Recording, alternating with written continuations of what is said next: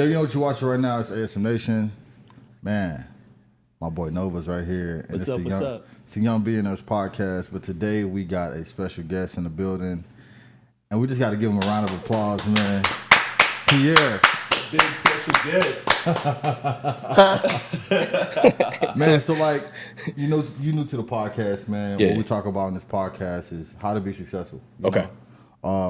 Pretty much giving people that don't have a direction on how to get to where you're trying to go to a destination. You know what I'm saying? So I do. What it is, when I look at you, man, somebody that, has come from ground zero, I want to share that with the world. You know what I'm saying? Yes, sir. And I just feel like the Young Billionaires podcast is the perfect place for you to share that with. So I'm here for it. yeah, Yes, man. sir. So Yes, sir. yeah. Thanks How for you having doing, me. man? Thanks for having me, man. What y'all want to know? We see the merch, man. It says, it says Big BMF Season 3. You know what I'm saying? Gotta have it. Gotta recognize. represent, man. Yeah, I I gotta gotta recognize. Yeah. So, man, Pierre, BMF Season 3. Yeah. Like, the first thing that I want to know is, how does that happen, bro? How do you get to that point, man? I want to know a little bit about that journey, getting you to that point. The BMF or the acting? I want to hear about getting into acting first. Okay. All right. So I'm gonna give you the short version. Okay. Ooh, 19. I was 17 years old. American history class, and I was watching the movie. This person, I'll say the person's name at the end. I was captivated by this person's performance from beginning to end. I couldn't take my eyes off this person. I was like, what is it about? And I knew the other actors. I've never seen this person before. Right. So it was, and you probably know who this person is by these actors. It was Morgan Freeman, Matthew Broderick. Those were the main two heavy hitters at that time, because Matthew Broderick came from Ferris Bueller. Mm-hmm.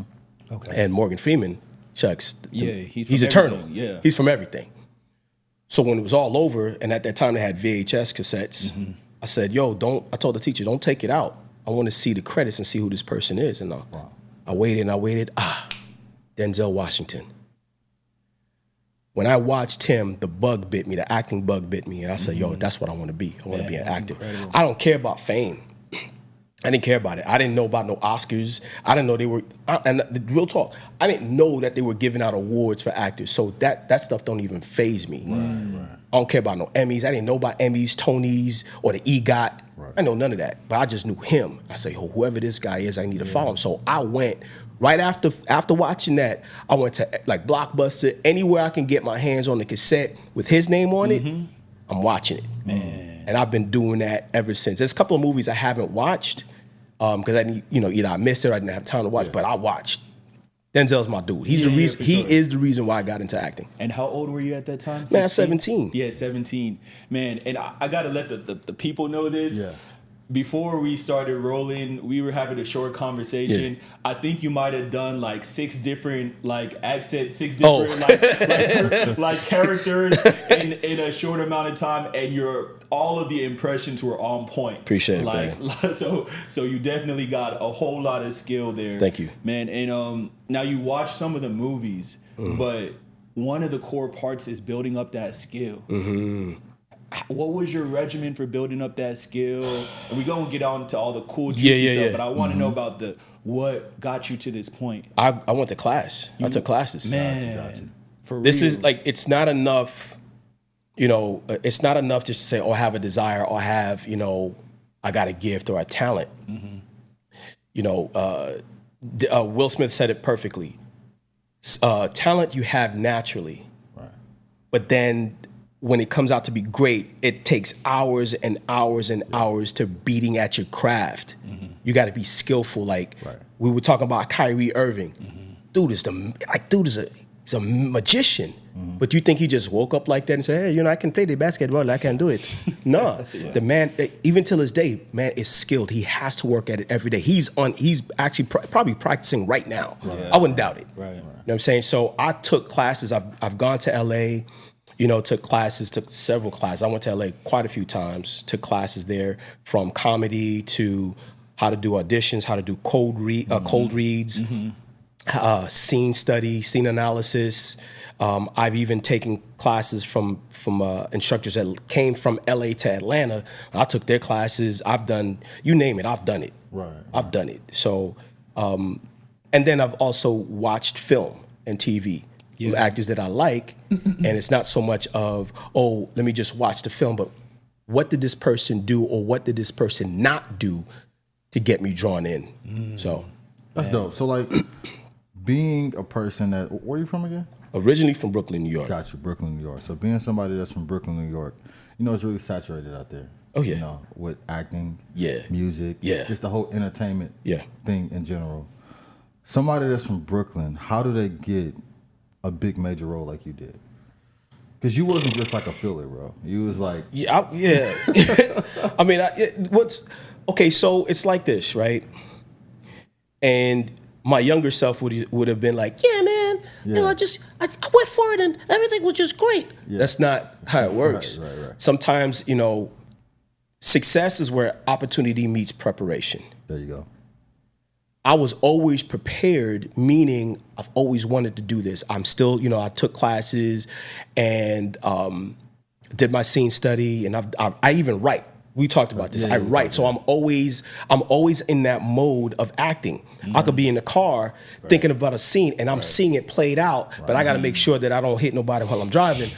But it happens. So I'm always in that mode. It's kind of like with Avengers, the first Avengers with the Incredible Hulk. Hey, Bruce, don't you see that we were about to fight? Come on, you need to. What's your secret? I'm always angry. Meaning he was always in that mode.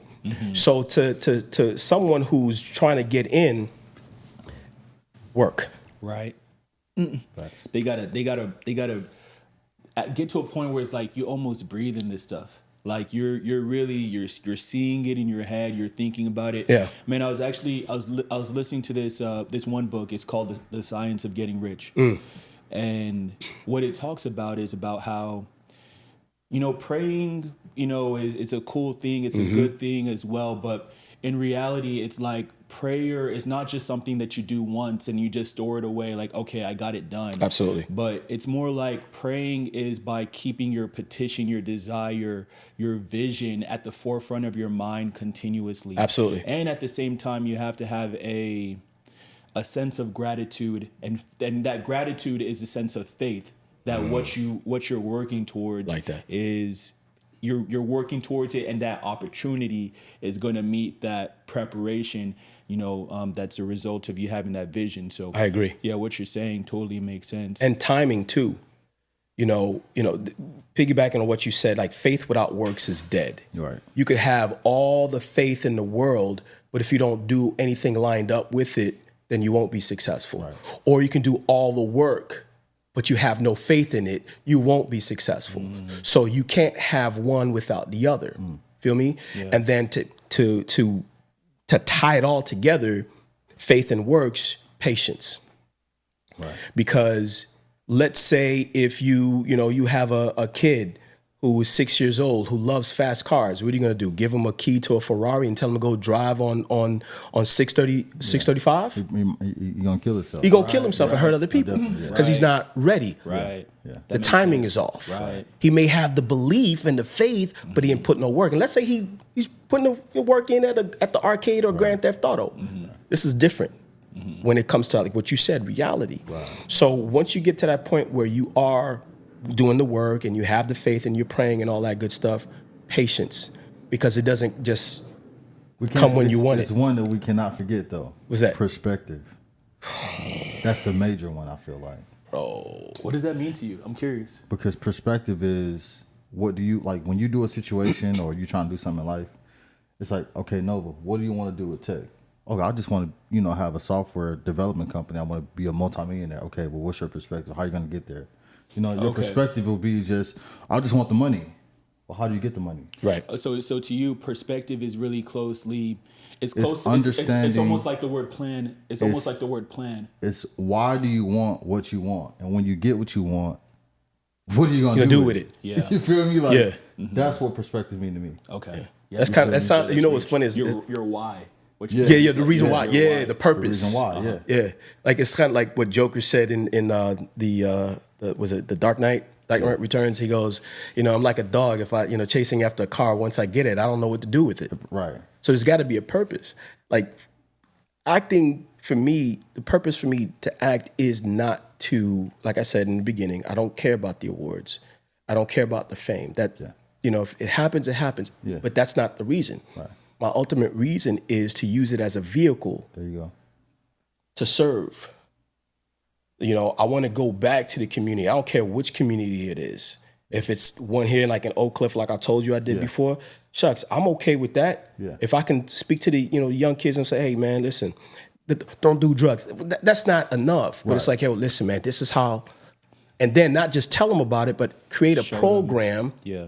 Develop something that can say, hey, listen, I'm partnering up with this person. We're giving out free haircuts, and this is also a job training opportunity. Let's show you how to do that. If you have a dream to be a basketball player, that's cool, but also have a trade just in case. Right. Yeah. You might find out that this trade might be a little bit more, exciting to you than playing basketball because nowadays everybody wants to be a basketball player. But if you don't, like you said, if you don't have a purpose or a reason why you're doing it, then you probably won't attain it because if your dream is not purpose driven, it's like a horseless carriage. Goes nowhere. Yeah. Right. Yeah, that's deep right there because it's kind of like what our vision for this podcast is as a whole is just to show people more perspective. Yeah. Like in our previous episode, we were talking about how as a youth we're mostly sold, music. Just be a musician and so much of that, it turns out, was a veil. So much of it was a facade. It seemed like there was so much stuff going on in the industry that we just didn't know. We didn't all know.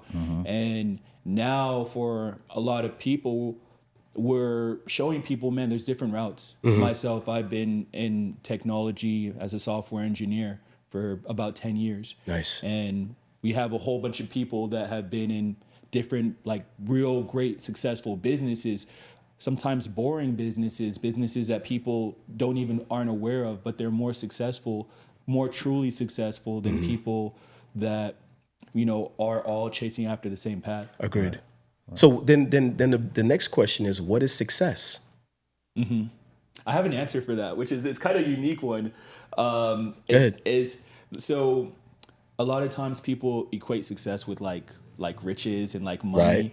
But in my opinion, success is really a situation where if you're sent on a mission, you're going to be successful. So it's like the word says it, successful. You're full of success, right? So what that means is that if I send you on a mission to do whatever role that you are being presented to do, you're going to be successful at that. There's no question. Yeah, exactly. You're going to be, right. So in your case, successful. Explain that. Yeah, I'm going to. Yeah, okay, got you. Yeah, because you kind of missed me a little bit. You said if I see you on a roll to be successful, then you're going to be successful. I know. I kind of wove the word in there. But an example is like somebody that is a successful basketball player, successful shooter.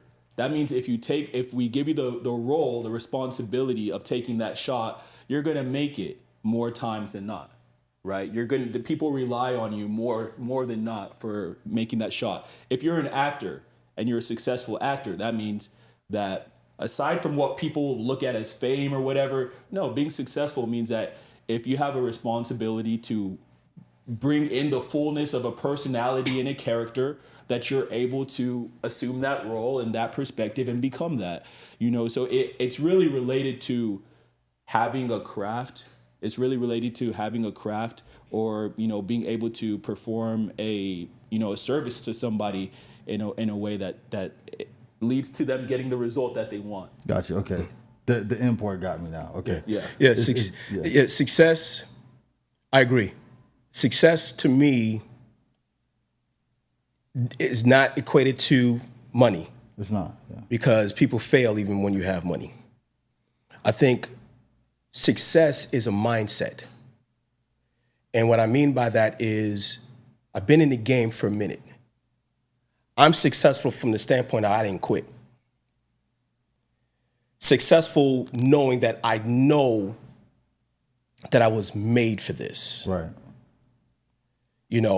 and accepting the highs and the lows and the lows. Right. Because there are a lot of lows, right? In everything that we do. Yeah, man. Success to me is still waking up in the morning.